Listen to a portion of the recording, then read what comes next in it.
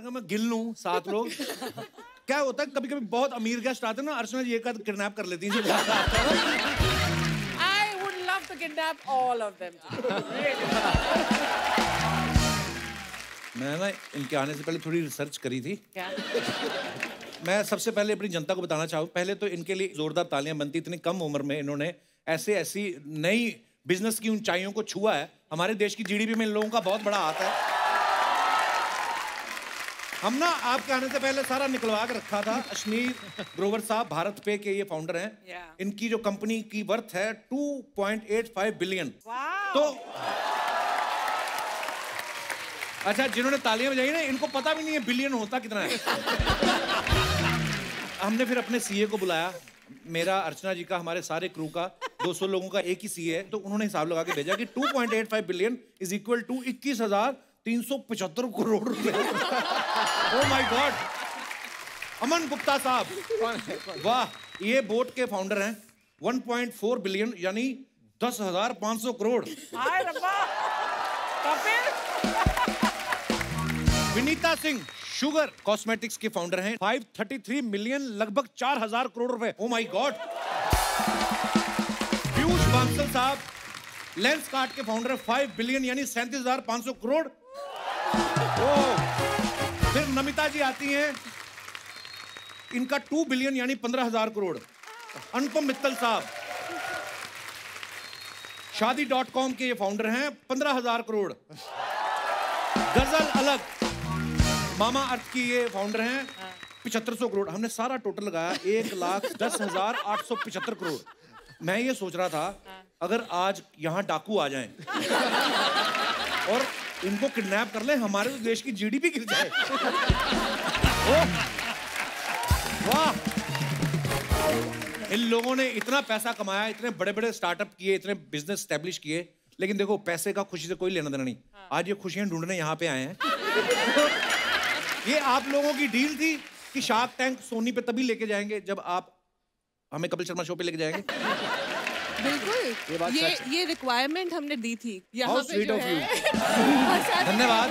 नहीं, मैं ये बात मैं ऐसा समझता हूँ कि आपकी बड़ी खुशनसीबी है, क्योंकि आपके यहाँ सेलिब्रिटी तो बड़े बड़े आते हैं जी। आज 7 दिग्गज एंटरप्रेन्योर और सेलिब्रिटी साथ में, आपको कैसा लग रहा है? सर मैंने कभी सोचा नहीं था। बट ये थोड़े परेशान है। क्यों? नहीं, आपने इनकी नेटवर्क थोड़ी कम बता दी। हम बता दी, ये भी कम है। मुझे ऐसा लगता है कि 35,000 करोड़ बताइए ना, बुरा लग रहा है। कल रात को इनको और बढ़िया उसकी। नहीं, ये आपको कम लग रही है। हम लंगोट पहन के हिमाचल चले जाएं, हम क्या करें? देखो, हम शार्क टैंक में इतनी मेहनत करी है हमने कि हम यहाँ तक आ पाए। जी हाँ, बिल्कुल। मेरे माँ बाप को शार्क टैंक से कोई ज्यादा मतलब नहीं है, उनको ये है कि कपिल में जा रहा है। मतलब ये बहुत स्वीट यार, क्या बात है। बहुत बहुत धन्यवाद। ये बिल्कुल सच है, ऐसा ही है। शुक्रिया सर। और मेरी मम्मी तो लड़ चुकी है कि मुझे क्यों नहीं लेके जा रहा। एक बात पूछनी थी, आप लोगों के पास इतना पैसा, आप सोनी पे क्यों गए? सोनी आपके पास आ जाता। ये आइडिया किसका था शार्क टैंक शुरू करने का? आइडिया तो सोनी का ही था। अच्छा जी। तो एक फॉर्मेट है यूएस में, तो 13 साल से चल रहा है, यूएस में सक्सेसफुल है। अब इंडिया में भी एक स्टार्टअप की वेव चल रही है, तो उनको लगा कि इंडिया में लाने का सही टाइम है। 40 कंट्रीज में है शार्क टैंक। हाँ जी, हाँ जी। ये अर्चना जी भी शार्क है, आपको पता है? हाँ, पता है। सिद्धू नाम की एक मछली को ये खा गई थी। ओह, आपका बहुत बहुत स्वागत है। प्लीज विराजमान हो जाइए, जोरदार तालियां।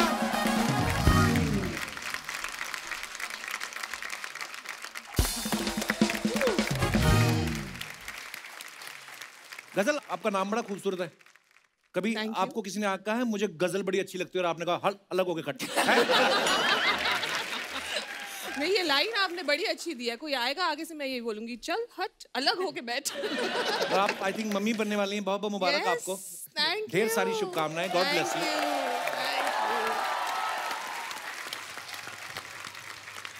नमिता, आपकी फार्मा कंपनी है। जब आप कभी किसी पार्टी में जाती हैं तो आपके रिश्तेदार आपका हालचाल पूछते हैं कि अपना हालचाल बता के आपसे दवाई पूछते हैं?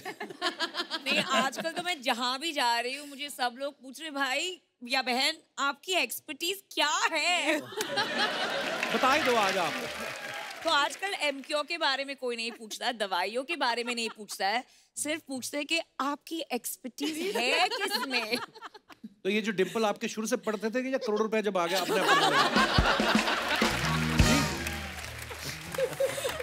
मैंने इतने अमीर लोग एक साथ नहीं देखे कभी, तो मेरे को थोड़ा समझ में नहीं आ रहा ज्यादा।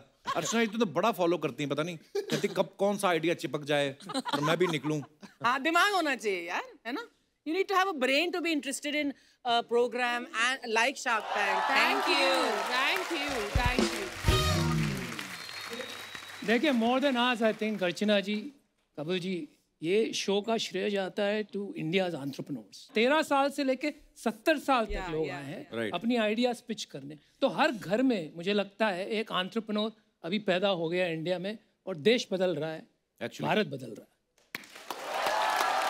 और पता है ये जब भी कोई स्टार्टअप करना है या बड़ी सारी ऐसी चीजें होती है, टेक्निकल लैंग्वेज जो आम लोगों को नहीं समझ आती, लेकिन आपका शो इतना बढ़िया है और उसके बाद जो आप आम लोगों को आम भाषा में समझाते हैं, शायद कई बार आदमी के पास बड़ा अच्छा आइडिया होता है, उसको समझ में नहीं आता कि इसको आगे मैं एग्जीक्यूट कैसे करूँ, है ना, किस तरीके से आगे मैं किसको मिलूँ।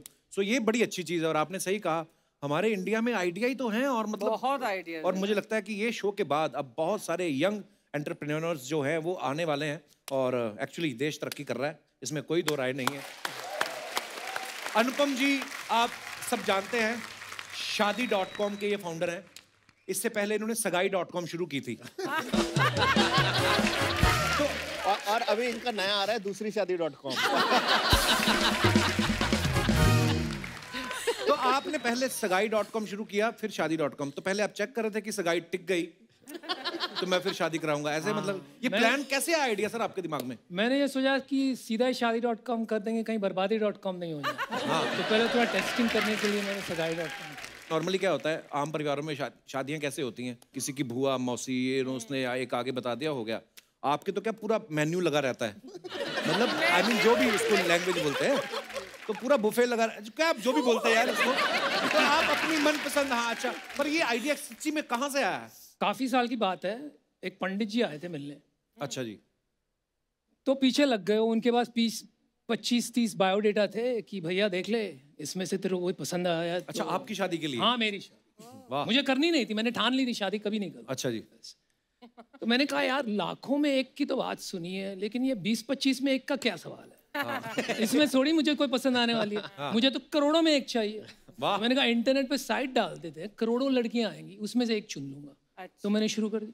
तो बेसिकली आपने अपने फायदे के लिए शुरू किया था ये बिजनेस पहले, कि पहले तो मैं चुनूं, उसके बाद जनता का भला। पर बड़ा कमाल का आइडिया है सर।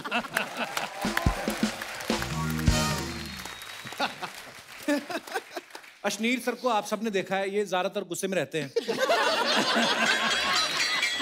इनकी प्लीज फोटो ले ली जाए, इसके बाद शायद ही स्माइल आए कभी। हफ्ते का हंसने का कोटा हो गया।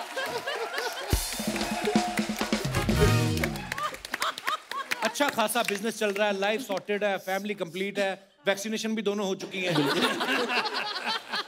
वेकेशंस पे फॉरेन भी आना जाना रहता है। किस बात का गुस्सा आता है? ऐसा तो नहीं कि सोनी के साथ कम पैसों में डील कर ली, अब आपको उस बात को सोच सोच के गुस्सा आता है? नहीं, एक्चुअली मेरे साथ एक प्रॉब्लम है जी। मैं ना पीता नहीं हूँ। तो पीते नहीं आप? हाँ, तो कई बार क्या होता है कि रात को कोई बंदा थोड़ा पी लेता है, रात को गुस्सा निकाल देता है, फिर सुबह उठ के बोल देता है जी वो तो कपिल डैनियल्स था या जैक शर्मा था, या तो कभी बोल देता है दोनों में से कोई नहीं था। मैं वो बोल नहीं पाता हूँ। तो मैं हर टाइम सेम स्टेट में रहता हूँ।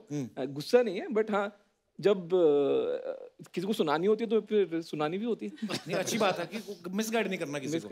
नहीं, लेकिन मैंने देखा है बड़े मतलब यू रियली सुनाओ देम। अगर कोई आता है और कोई डील आपको पसंद नहीं आती है, उनका बोलने का या प्रेजेंट करने का अंदाज पसंद नहीं आता, तो you means no words in telling them what you feel. क्योंकि क्या है कि मैं बोल दूं जी बहुत अच्छा लगा, आप बहुत सुंदर लग रहे हैं, आपका बिजनेस भी अच्छा है।